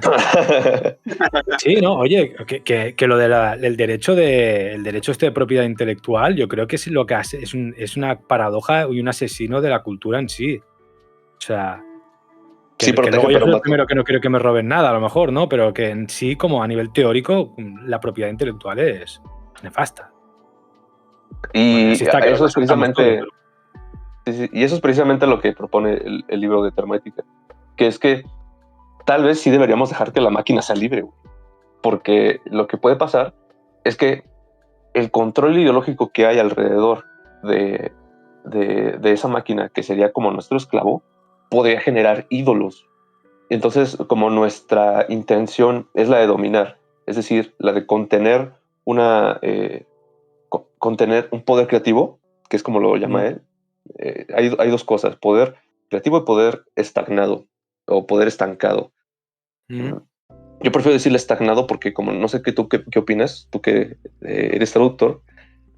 No soy traductor, ¿eh? Yo quise traducir el de Jason Ananda porque nadie lo hacía. Pero qué va, okay, o sea, yo hubiese pagado a alguien para hacerlo, madre mía. Pero por lo menos eres de oficio, ¿eh? ¿Eh? Por lo menos eres traductor de oficio. Mira, te voy a decir, ¿tú qué prefieres? Sí. ¿Que el poder estancado, o sea, el stagnant power, se traduzca como estancado o estagnado? Apúntamelo aquí en el chat, a ver, porque si me lo dices así no... A ver, stagnant Que yo trabajé en Dublín y en Glasgow, si los he entendido a ellos puedo entender cualquier cosa, creo. A ver, no sé si lo Porque escribís bien. el irlandés y el acento escocés no veas, ¿sabes? A ver. Tecnan Power. ¿Y Sería tú qué dices? Yo digo que lo hagamos como un anglicismo y digamos que es estagnado y no estancado. Vale, ya te entiendo. Nah, pues sí, a ver, yo estoy a favor de la modificación del lenguaje siempre, aunque sea a nivel creativo literario, me parece más interesante. O sea, Claro, de claro. hecho, es la gracia del lenguaje relacionado con la filosofía y con todas estas nuevas corrientes y todo, también es el poder modificar palabras y que hay veces que, yo qué sé, pues el español, cuando se hacen traducciones de libros, ocupa mucho más muchas veces, porque es menos, ¿no? Entonces cada idioma tiene su gracia, pero aquí yo lo veo guay, que fusiones las palabras y le des esa traducción así más libre. Sí, sobre todo porque creo que el libro se refiere a una cosa muy específica, que es la de contener el poder creativo. Entonces, no es que lo estanque exactamente, sino que como que lo controla. ¿El poder Entonces, lo que creativo es eso? propone... Ajá. Vale. Entonces, el libro juega con esta alegoría de entropía y extropía. Y Ajá. propone que si la máquina o si la inteligencia artificial va a ser estagnada, sería como una inteligencia artificial general, pero que sería independiente. Digo que sería sujeta a ídolos. Entonces, el vato se saca una historia de que la ciudad era del hombre y que se crearía un ídolo que sería Baphomet, que trata de como de asesinar a todos. O Y sea, hace toda una cosa muy pacheca. Entonces, pero es dice... que sí suena un poco serio, ¿sabes? O Sí, sí, sea, sí. Baphomet Lo como un tienes que demonio. leer. Sí, sí, sí, Vale, lo sí, tienes que no, leer. me genera curiosidad, ¿no? Pero, a ver, esto Pero es otra de las cosas, hablando del primer tema que habíamos tocado de lo académico y del debate que lo nuevo, lo underground, lo suburbano, esto que el conocimiento de esta manera me parece a mí apasionante y ese aura romántica incluso me apasiona, pero claro, hay veces que los filtros del saber de la academia y tal, pues perfilan bastante bien ciertos conocimientos que a veces si no sabes bien cómo escoger, porque es otro de los problemas que hay actualmente, que tú vas a un lugar y hay tanto de todo que necesitas escoger. Y escoger eventualmente muchas veces. decidas discriminar y jerarquizar la información. Claro, Quitar la claro. No, navaja de Ockham. y aquí, por ejemplo, me fío como que de tu criterio, ¿no? En este caso me estoy fiando, pero que si esto te lo encontraras por ahí, o este tipo de textos que podrían ser súper interesantes, pero la gente a veces se encuentra con ese dilema y acaba cayendo en lo tradicional, ¿no? De lo que diga la faja del libro, lo que diga el más famoso de todos, pues será lo que tiene que ser. Y creo que el autor de este libro lo hizo a sabiendas y se puso como seudónimo Demócrito. Y bueno, sería como que el vato está tratando de jugar con hacer un libro de pseudo-Demócrito. Si no Vale. sabes, pseudo-Demócrito hacía alquimia. Entonces, es como que está tratando de jugar con la idea de que vamos a agarrar términos científicos y hacer filosofía de la misma manera que lo hace la alquimia. Vale, o sea, va por el rollo este más hermético. No ser hermético, como ¿No? que trata de hacer algo muy propio y muy moderno. Esto me recuerda a lo del Dionisio Areopagita y el falso Dionisio Areopagita cuando se equivocan en encontrar los textos. A ver, bueno, es que también es un tema que hemos dejado abierto al aire, que no hemos tocado casi, pero el tema de no tiene que ver con esto, ¿no? La magia o las ideas herméticas traducidas un poco más al contexto actual, porque sí que es verdad que un poco la idea de la alquimia o del hermetismo nace un poco de cómo escapar de una concepción puramente religiosa del mundo. O sea, es como una necesidad, es casi una visión científica cuando no existe el materialismo todavía. Entonces, tiene ese componente muy espiritual, pero que trata de abordar algo que luego posteriormente será científico. Sí. También la idea de la magia, como la concibe pues Alan Moore, que pues, es gracioso, ¿no? Porque está todo el meme de cómo él es un mago y no sé qué, y parece que la gente se lo acaba creyendo, y en el fondo es la metáfora de alguien que utiliza signos, símbolos, como lo es la palabra o el texto, para Que cuenta generar historias, para generar una nueva realidad o para transformar una conciencia a través de la manipulación de signos, que es el texto o las palabras.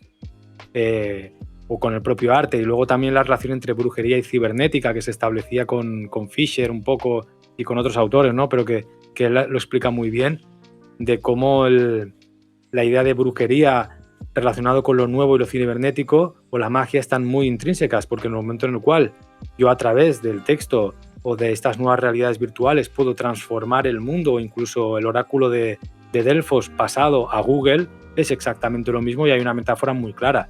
Lo que pasa es que la cultura popular siempre lleva al cine popular y tradicional pues esa idea de la magia como rayitos, hechizos, juegos de rol y todo esto, ¿no?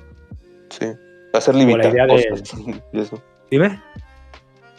Hacer limitar cosas, convertirte en un animal. Sí, exacto. Que eso tiene más que ver con el ilusionismo, que esto también es normal porque en el siglo XIX, especialmente en el contexto victoriano, hay un auge de esto, incluso en círculos muy intelectuales, que precisamente tiene que ver con este tema, y ahí nace un poco esa mitología de que mezcla el espectáculo con el ocultismo, con la ciencia. Claro, en ese momento... Fíjate, te voy a decir algo. Hubo una cosa bien interesante que pasó con todo este término de la magia durante el siglo XIX y este mago que se llama Houdin, no sé si se llama también Harry Houdini, ¿no? Sí, Houdini.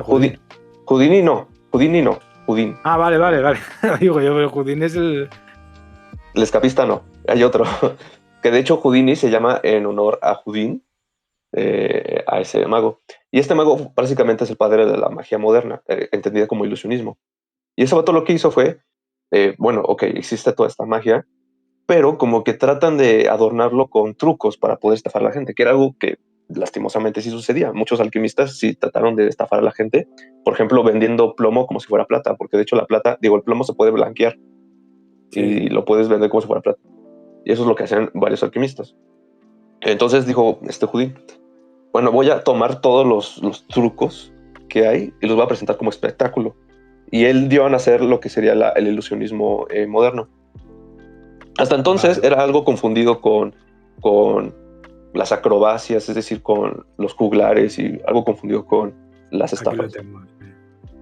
Sí, no lo conocía. Claro, yo el tema del espectáculo y esto lo trataba más con el tema de los autómatas y de la relación entre la ciencia del momento con la ingeniería que escondía los autómatas y el espectáculo que se utilizaba un poco para impresionar a la burguesía, a la gran jerarquía, al gran poder y así poder justificar la inversión en ciencia y bueno, luego todo eso fue asimilado ya en el siglo XIX con la época industrial. El autómata se convierte en una gran fábrica que se alimenta de humanos y a partir de ahí ya pues todo el mundo convierte los restos de esta corriente en juguetes, en espectáculo, en la magia. Pero bueno, son todos temas relacionados, sí. Mira, te doy el nombre completo para la gente que también lo investigue. Se llama Jean Eugene Robert Houdin. Lo he buscado por aquí, es verdad. Claro, todo el mundo conocemos a Houdini de la tele. No, de la tele, de las pelis y todo esto, claro. Y de las series y cómo lo inmortalizan. Sí, no, de la cultura popular. Pero bueno, es gracioso también esto que acabas de tocar ahora, que es cómo se transforma la identidad, el nombre propio, lo que queda en la cultura popular, ¿no? Cómo también un poco esto tiene que ver con el mundo actual. Y bueno, el chiste es de que este francés, de hecho creo que también hizo un truco autómata, ¿eh? Creo que hizo Seguro. El árbol de naranjas. ¿Sí lo tapas? Seguro, porque tiene una relación en el siglo XIX que es bestial, o sea, que esto me acuerdo que sí que lo investigué. Pero me quedé en el siglo XIX con la investigación porque es como ya es un momento en el cual toda la gracia que tiene a nivel filosófico y la carga potente del autómata se pierde porque ya es como hay muchísimos nombres y muchísima... Híjole. Sí. Me estás diciendo que hiciste tu mini documental de autómatas y no pusiste el árbol de naranjas. No, me quedo en el siglo XIX, tal cual. En el momento en el cual el autómata ya pasa a ser una máquina, una fábrica gigante y lo demás es un espectáculo, para mí no tiene tanta gracia a nivel teórico. O sea, me hace gracia a mí verlo, ¿eh? Ah, ok. Pero dentro del vídeo es como lo que haga el árbol de naranjas no es nada de lo que se haya hecho que haya hecho Herón de Alejandría teóricamente o Al-Yazar y todo esto. Entonces, la implicación que tiene ya es destinado al puro espectáculo. El autómata por antonomasia en ese siglo XIX ya es una propia máquina industrial donde caben cientos de cuerpos humanos. O sea, es el culmen del autómata, es eso ya. A partir Ok, de ahí ok. ya no. Pero No vamos, quisiste que tomar la parte artística, pues. no en este sentido del espectáculo, porque creo que ya requiere otro punto de vista. Eso es otra manera de tratarlo. Es como aquí en Barcelona tenemos el museo más importante de autómatas de esa época. Y es una pasada. Pero Órale. yo creo que eso sería otro vídeo. Ok. A ver. Pues te recomiendo que le hagas un video a esa onda de los autómatas en el espectáculo, porque... ¿qué iba a decir? ¿Por qué dije Houdin? Ah, sí, porque la magia... Estoy mirando el árbol de naranjas, ¿eh? Sí. Porque la magia, gracias a este Robert Houdin, Sí. comenzó a verse como un espectáculo, es decir, como sinónimo de Harry Potter y todo eso. Pero lo que él intentó hacer fue precisamente como que domesticar toda esta onda de los juglares y los engaños que algunos alquimistas o algunos magos ya hacían para estafar a la gente. Entonces, él se dedicó a darle esa imagen. Pero antes de eso, durante el siglo XIX pasó, bueno, sobre todo XIX y XVIII, pasaron cosas que distorsionaron la idea de magia y de esoterismo. Y es que, como hubo un desprestigio tanto por protestantes como por racionalistas y por cierto sector propio de la Iglesia Católica, aunque fíjate lo curioso, durante el siglo XVII y XVI y todavía XV, la Iglesia Católica era como que renuente, como que le gustaba coquetear con la idea del esoterismo y la magia. Porque forma parte más o menos de su dogma, Bueno, con esta idea de los sacramentos y de la misa. sí, ahí es lo que hablábamos de la alquimia, ¿eh? Ajá. Sí. Y por parte de los protestantes, con la idea de que no, los católicos son supersticiosos porque tienen un papa. Y por lo tanto creen en la magia y en la sabiduría primigenia, los empezaron a atacar. Y eventualmente el mundo protestante se convirtió en el mundo académico de cientificista, toda esta escuela alemana e inglesa. Y comenzó todavía el ataque desprestigiando a estas ideas. Y toda la bibliografía que daba de los italianos, de los franceses, sobre todo, respecto a los estudios esotéricos, herméticos, comenzó a perderse y comenzó a dejarse de estudiar. Entonces, durante el siglo XIX, sobre todo, comenzó a haber como que una desvinculación doxográfica de todo este estudio y nacieron nuevas interpretaciones que más bien responden a esa era moderna, no tanto a la antigua. Entonces, esa era moderna comenzó a hacer cosas como Elena Blavatsky, como Eliphas Levi, como estas cosas de buscar la Atlántida y de que la mente tiene el poder y no sé qué. Y eventualmente nacieron cosas del espiritismo y todo eso. Pero esa idea que nació durante el siglo XIX es la que eventualmente tenemos de magia y la que eventualmente tenemos de esoterismo. Correcto. Y que no se corresponde para nada con lo que los renacentistas, los medievales o los antiguos tenían como concepción, que no tenía que ver con la superstición ni una idea dogmática de religión, sino que tenía que ver más con cómo podemos darle significado espiritual a la ciencia. Con eso tenía que ver. Claro, porque aquí ya tiene que verla también un asunto muy importante, que es cada periodo que has nombrado ahora tiene una concepción contextual de su mundo que es totalmente opuesta, y mucha de la tendencia que tenemos es que cuando observamos el pasado tratamos de aplicarle nuestra forma de ver el mundo, que es normal, pero que en realidad lo que se busca en una especie de magia, entre comillas, de un siglo XV, en un contexto más del sur, no tiene nada que ver pues, con lo que posteriormente surge con el protestantismo, que además tiene una corriente política de geopolítica, de ir en contra de lo otro, y hay una gestión aquí también a nivel pragmático y jerárquico político que es como que también influye en la difusión y diseminación de estas ideas. Pero sí, realmente creo que lo de la magia del siglo XIX a nivel, bueno, por decir un cliché, el rollo victoriano que hemos visto en películas de estas famosas, ¿cómo se llama? El ilusionista, ¿no? La típica. Y de todo este imaginerío de los carteles que se reproducen, todo eso tiene que ver también con la hegemonía cultural del poder de una Inglaterra imperialista que domina la estética de ese momento. Entonces la magia entendida como un puro espectáculo es lo que nos queda. Oye, mira. Y también, claro, luego hay que sumar las ideas del racionalismo, el materialismo, que también dividen cuerpo, alma y todas estas cosas, y que también influyen mucho en la concepción de una nueva ciencia que trata de alejarse de todo lo demás. Sí, porque trata de especializar cada campo. Sí, Pero y mira, que va en contra de lo que tú estás citando ahora, o sea, de la idea que un poco general que has planteado, que has dibujado, ese racionalismo imperante, esa pura materialidad llevada al extremo en la ciencia, pues es para que trata de aniquilar precisamente cualquier idea que roce lo demás. sí, y se llegó a tal punto que incluso Augusto Comte fundó una religión de la ciencia, Mm. la religión de la humanidad, como le puso. Pero Pero esto es bueno, a ver, curioso, ¿eh? Sí, dime. es que yo quiero regresar a la idea del mundo anglosajón, Sí. porque quiero aprovechar que tengo un amigo aquí presente español y también a Cayo le interesa bastante estas ideas, porque hay una corriente española que también está repercutiendo aquí en Latinoamérica, que es A la ver. idea de rivalidad de civilizaciones. Civilización ibérica, civilización anglosajona. ¿Sabes? Hostia, vale, no, pero tú te estás refiriendo a la tropa esta de heredera de la secta de Gustavo Bueno, ¿o qué? Y de todo Sí, la sí. imperiofobia, sí. Oh, pero esto es que, a ver, esto es un tema, pero sí es verdad que aquí, a ver, ¿sabes qué pasa? Que están haciendo muchísimo ruido porque funcionan como una puñetera secta, literalmente funcionan como una secta.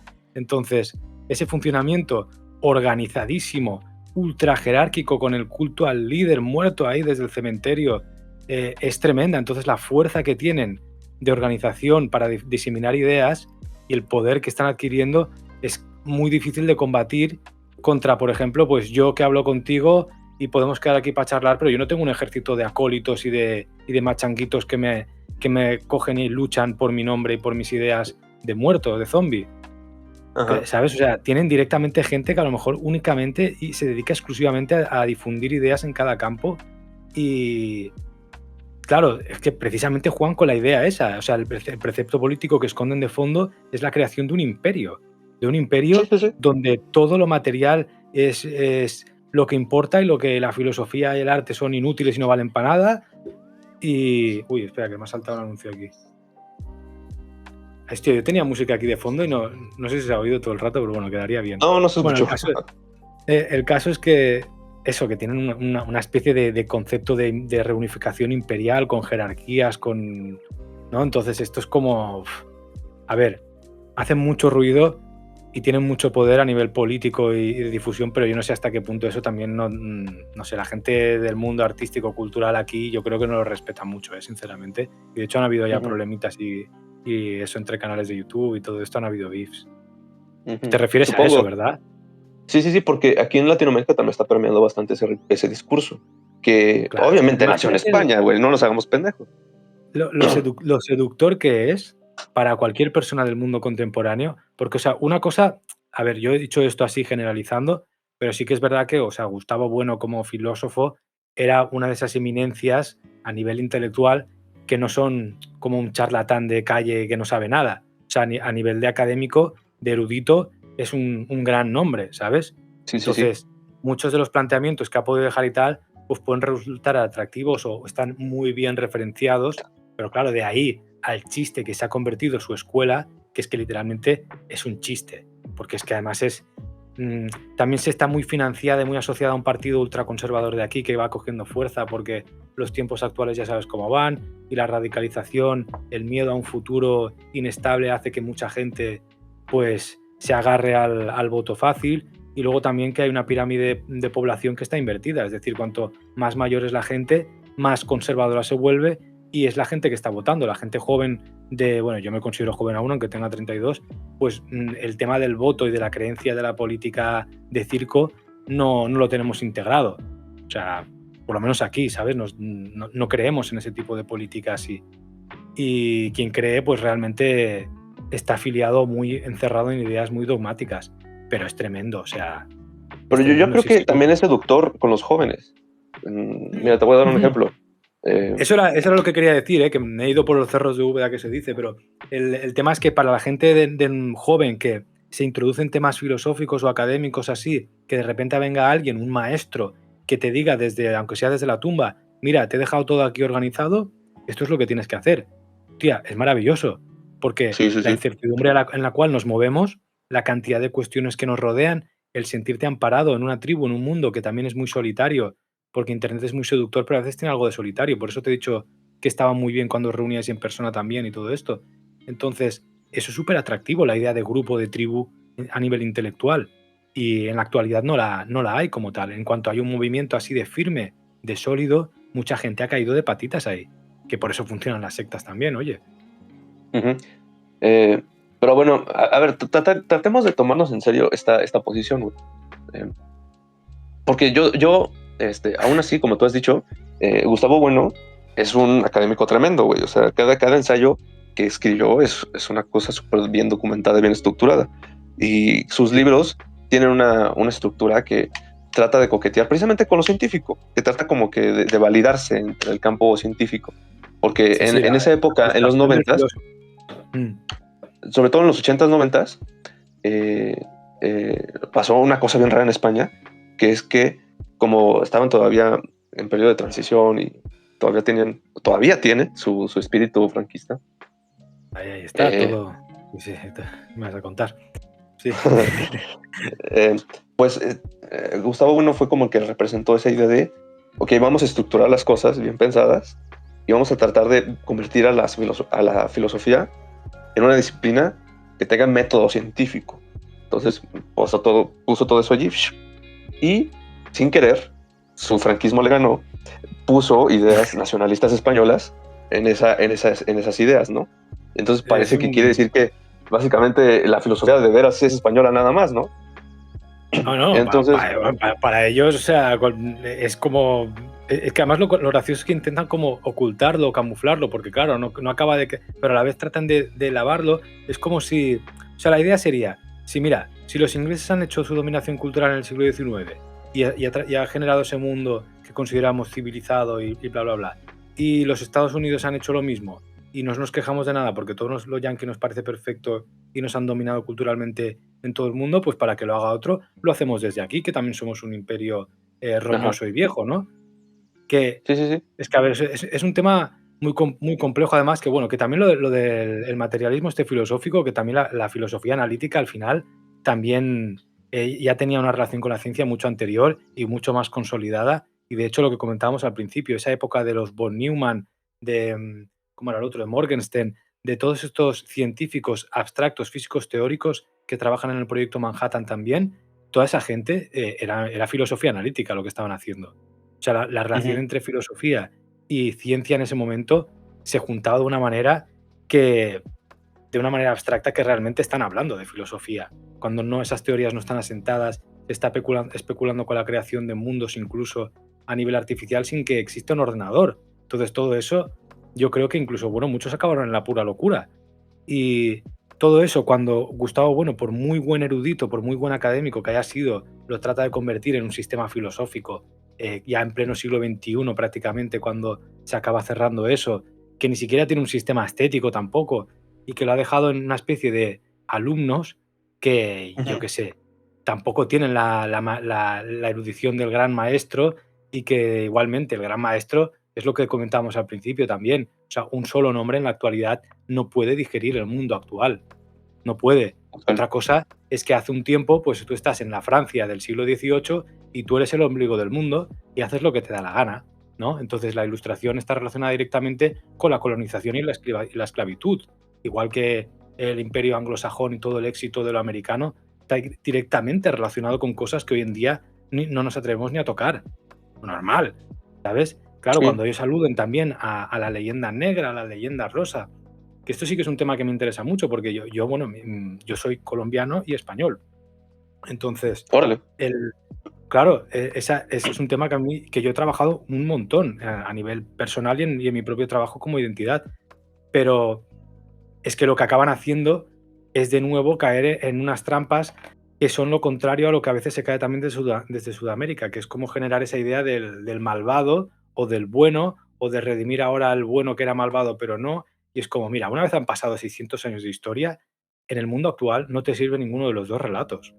Pero porque Total. nosotros estamos hablando y ninguno de los dos podemos tener una identidad indígena como tal, pero tampoco de imperio español, ¿sabes?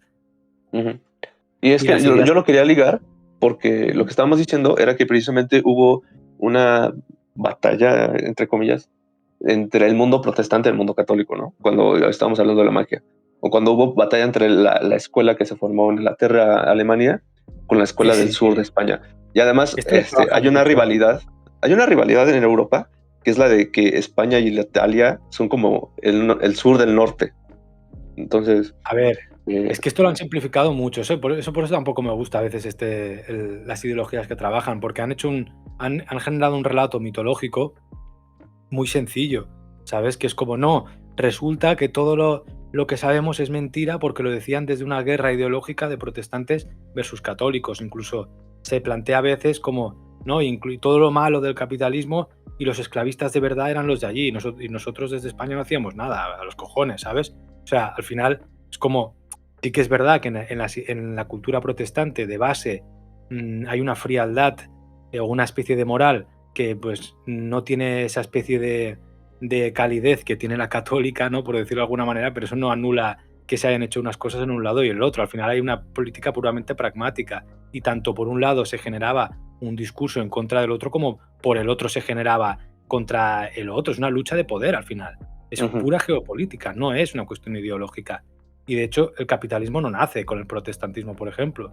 Nace en esos estados, en esas ciudades-estado italianas, ¿no? Con la Sí, conquista, con los banqueros de Génova, de Florencia, que van prestando el dinero y todo esto, nace ahí en realidad, ¿no? Aunque luego se potencie en ese Flandes pero son cosas que es como cuando se resumen en un relato tan pero corto. fíjate, España fue cómplice de la gestación del capitalismo, güey. Y parece que Sí, esta gente quiere lavarle la cara a España diciendo que no, nosotros no hicimos eso. Nosotros lo que es que hicimos esa es su fue, faena. sí, sí, sí, nosotros hicimos un imperio al estilo medieval donde cada quien era libre y tenía su propio gobierno y yo no sé qué. Entonces Sí, sí, no. se olvida que España, sin el imperio español y la conquista de América, no se hubiera logrado la globalización y no se hubiera logrado la financiación del capital original en el norte de Europa.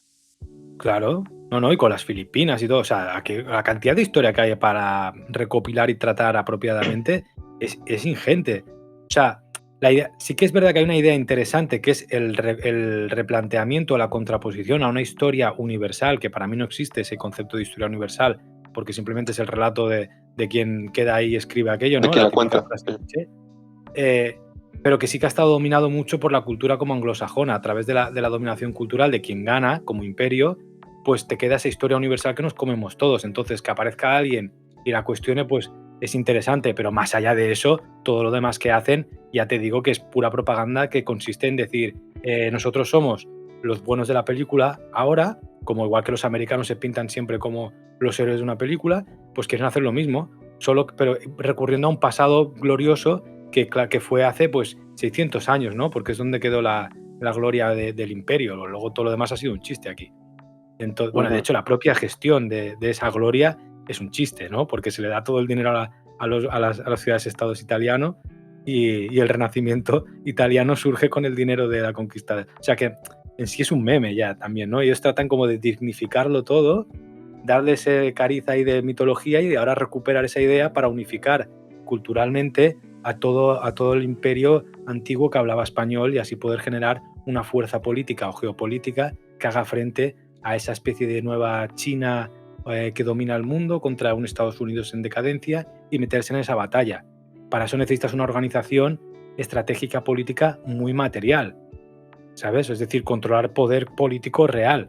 Y ahí no Ujú. importa nada, que eso es lo peligroso de esta gente para mí, que es que todo lo que sea como nosotros ahora hablar es diletante, divagante, pensamiento Alicia, es mierda, no vale para nada, ¿sabes? Esto somos tontos quienes hacemos este tipo de cosas. Lo que de verdad vale es si yo consigo un puesto en un trono de poder político de cualquier sitio y aplico cosas que de verdad tienen consecuencias a nivel legislativo y todos unificados bajo una misma ideología, bajo un mismo concepto cultural, etcétera, etcétera. E Claro, esto, pues, incluso se sí. reclaman materialistas, güey. Se reclaman Ah, bueno, materialistas cuando lo que hacen es un idealismo, güey. Y además claro, quieren poner a España en un lugar que no le corresponde para nada en su realidad material, precisamente. que es que el Atlántico perdió su protagonismo. Ahora lo que queda es el Pacífico. Entonces es como decir ahora que si el Imperio Romano tiene que resurgir porque ha sido muy bueno, y es como que yo insisto, cuando digo esto tampoco quiero caer en el lado contrario, que pasa mucho en el continente americano, que es también como pensar que son víctimas de toda una cosa y todo el mundo ha sido malo desde el otro lado, porque es como, tío, o sea, todos estamos mezcladísimos, aunque sea a base de violaciones, estás mezcladísimo.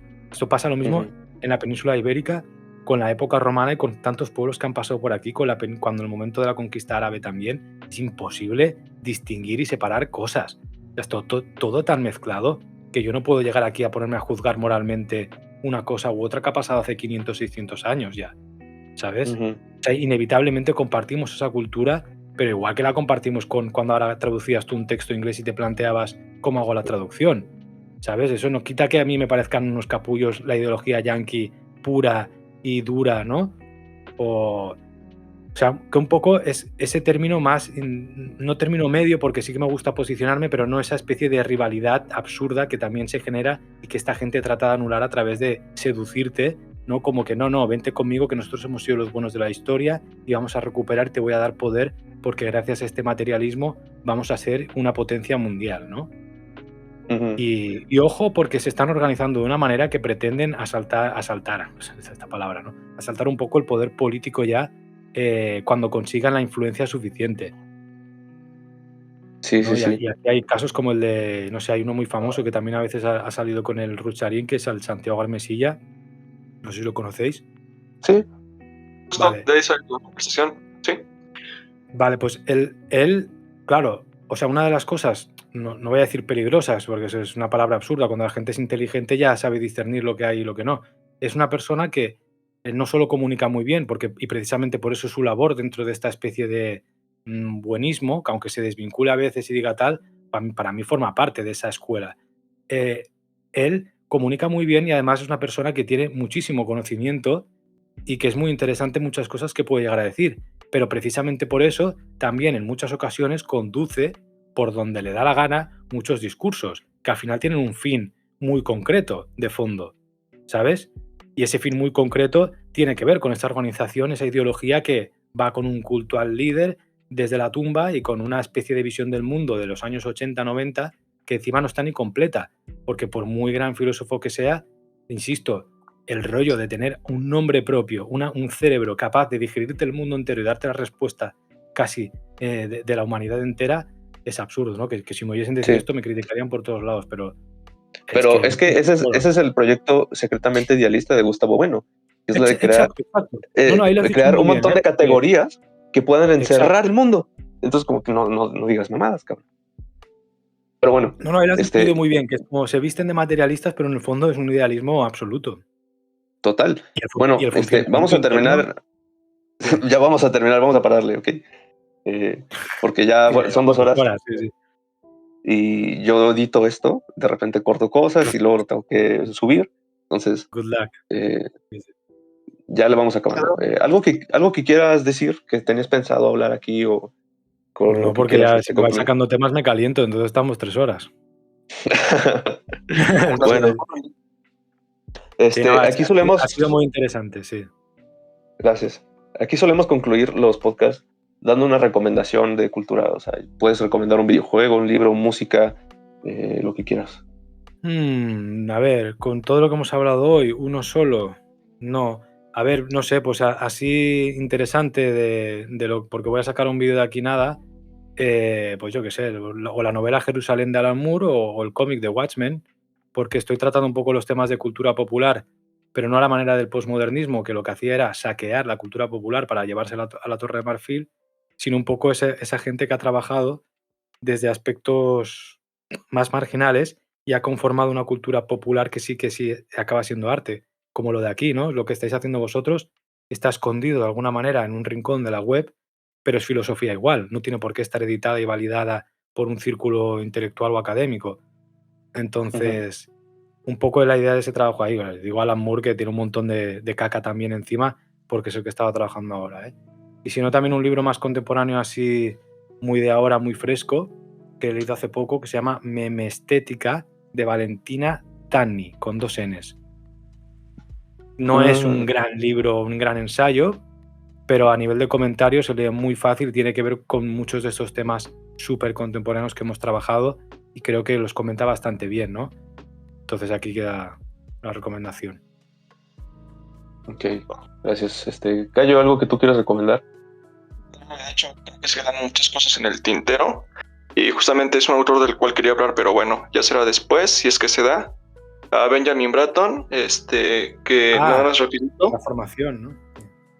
Justamente sobre su libro El Stack, sobre software y soberanía. Nada más rápido para dar contexto. Bratton es un teórico cuyo trabajo pues abarca la filosofía, la informática y el diseño. Es profesor asociado de artes visuales y es director del Centro de Diseño y Geopolítica de la Universidad de California. Pues bueno, yo nada más quería recomendar este libro que tiene que ver mucho con la estructura del mundo digital que se está formando, con inteligencia artificial, con computación a escala planetaria. El libro va sobre una teoría política y de diseño integral de computación a escala planetaria que propone que el stack es una megaestructura accidental. O sea, es a la vez un aparato tecnológico y un modelo para una nueva arquitectura geopolítica. ¿Sí me explico? Sí, es buen libro, ¿eh? ¿Ya lo has leído, Ale? Sí. Sí, bueno, es que en general el catálogo de Caja Negra que va sacando cosas así está muy bien es la única editorial que hace cosas interesantes a nivel más popular. Exactamente. Sí. Que no considero que todo lo que saquen sea como mega acertado de tal, pero a nivel editorial es de lo mejor que hay, accesible para más allá de lo más underground. Creo que está súper bien y precisamente está muy bien, la teoría del stack está muy bien. Sí. Ajá, y son temas de vanguardia, o sea, y también podría recomendarte otra editorial, Olobionte, creo que es español. Son los mismos, no, son los mismos. O sea, son mismos. Como, bueno, los mismos, son como el grupo de amiguitos que el otro se hizo una editorial aquí, no lo sé exactamente, pero están muy relacionados. Se pasan, hay muy buen rollo entre ellos porque la línea editorial es prácticamente idéntica. Pero Olobionte tiene cosas que no veo el mismo trabajo que hay en Caja Negra. Lo respeto muchísimo lo de Olobionte y de hecho tienen el de Melisaux, de Hipercaos, que también edita el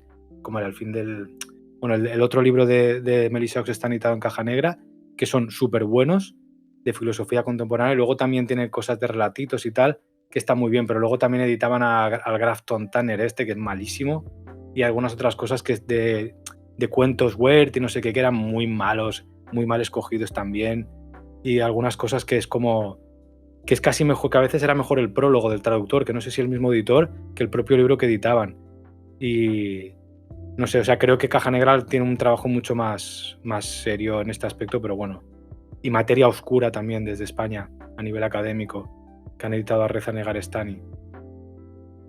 Ya, sí, el CCRU, sí, con con Nick Land, sí.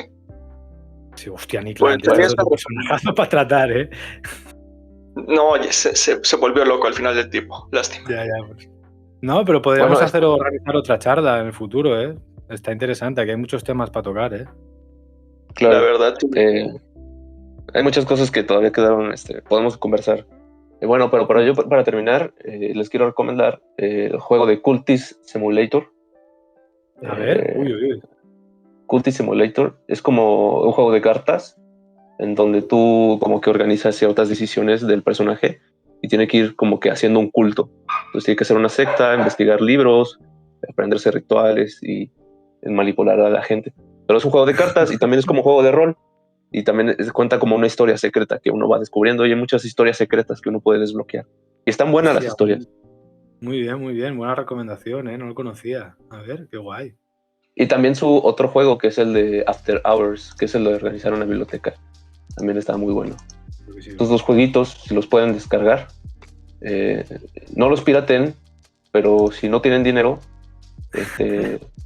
ustedes decidan. Yo digo que no, porque luego me cansan. No, si son independientes no mola porque sí que es verdad que cuesta mucho hacer este tipo de cosas, pero bueno. Sí. Bueno, pues muchas gracias por escucharnos. Espero que sigas viniendo más veces en un futuro. Sí, y ya vemos si hablamos de más cosas. Hacemos otra charla. Yo creo que aquí han quedado muchos temas pendientes que son interesantes. No, Hay hay que varios hacerla en tu autores. canal. ¿Eh? Hay que hacerla en tu canal, ¿no? Hacer un mini documental entre los Sí. tres. Es que no hago nunca directos de esto porque al final como implican organizar y voy de culo, pero yo si hacemos algo aquí me lo pasas, yo lo puedo subir en el canal también. Ah, estaría cool. Claro, Bueno. claro, no hay problema. Sí, y también pues, hablar de más autores, ¿no? En las próximas pláticas, como por ejemplo de Carlos Alberto Scolari, que habías dicho, Ale, que es un Sí. nuevo McLuhan, Ito Stallar también. Sí. ¿Cómo te acabas también a Byung-Chul Han? ¿Cómo lo destrozas? También eso. No le he hecho vídeo al final, pero a Ajá. ver, es que a Byung-Chul Han, bueno, ves, es que son muchos temas para abrir. Byung-Chul Han no es que esté mal del todo, porque a veces exagero un poco por lo popular que es y me gusta darle el dardo, pero o sea, es un autor absolutamente más magnificado de lo que es, y al final lo que ha hecho bien es hacer un refrito de todo lo que había de una manera muy accesible para gente que en realidad no está introducida en estos temas. Pero también lo hace desde una perspectiva que a veces es súper conservadora, reaccionaria de fondo, porque todo es un miedo absoluto a lo que va a venir, el pasado era mejor, que luego tiene cosas como la recomendación o la adoración a Peter Handke, que Peter Handke como novelista está súper divertido y tiene mucho rollo austriaco, pero no, ya haré un vídeo explicando los motivos del Byung-Chul Han. Perfecto. Claro. Bueno, pues nos vemos. Muchas gracias por llegar hasta acá. Si llegaron hasta acá, comenten Byung-Chul Han. Hasta luego. Bye. Gracias. Chao.